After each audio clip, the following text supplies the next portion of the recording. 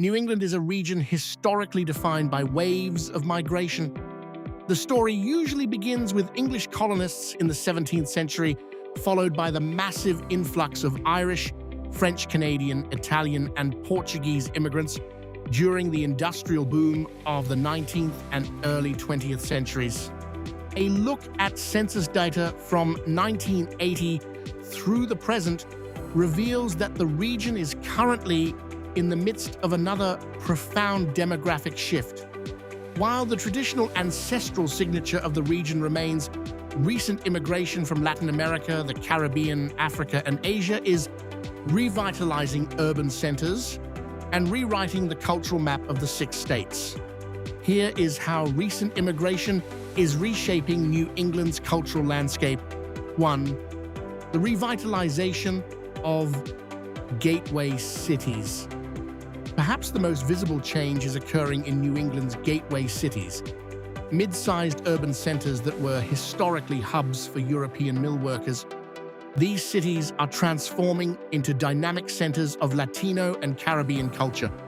Data highlights a specific ancestry belt known as the I-91 corridor, which runs through Springfield, Massachusetts, Hartford, Connecticut, and New Haven, Connecticut. Since the mid-20th century, this corridor has become a major hub for Puerto Rican migration. Along with growing Dominican populations, these groups have played a pivotal role in revitalizing urban centers across Connecticut, Rhode Island, and Massachusetts. 2. A new chapter for the Portuguese coast. Southeastern Massachusetts and Rhode Island have long been known as the Portuguese coast due to deep roots established by immigrants from the Azores and Madeira via the whaling industry. While Portuguese ancestry remains a dominant force, Rhode Island retains one of the highest percentages of Portuguese ancestry in the nation. The Lusophone Portuguese-speaking community is diversifying. Recent decades have seen the rapid growth of Brazilian and Cape Verdean communities, particularly in eastern Massachusetts and Rhode Island.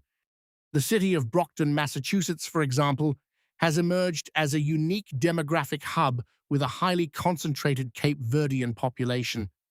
This new wave of migration has ensured that the Portuguese language remains a vibrant part of the region's auditory landscape, even as the demographics of the speakers evolve.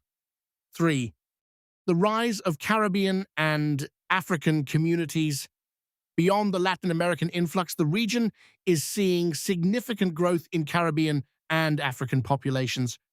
Since the 1990s, the number of residents hailing from Haiti, Jamaica, and various African countries has expanded significantly.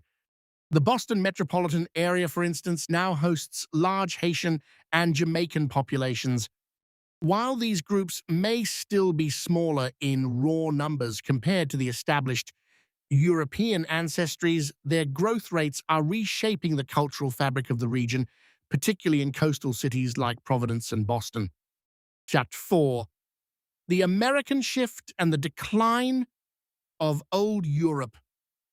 While new cultures are arriving, the old ancestral tapestry is slowly fading due to assimilation. Between 2000 and 2019, the share of New Englanders reporting English, Irish, and German ancestries declined slightly. This is partly due to intermarriage and a growing tendency for residents to simply identify their ancestry as American rather than a specific European nationality. Despite this decline, the historical divides remain clear. The French North, Maine, New Hampshire, and Vermont still hold the highest percentages of French and French-Canadian ancestry in the United States, a legacy of Quebecois mill workers.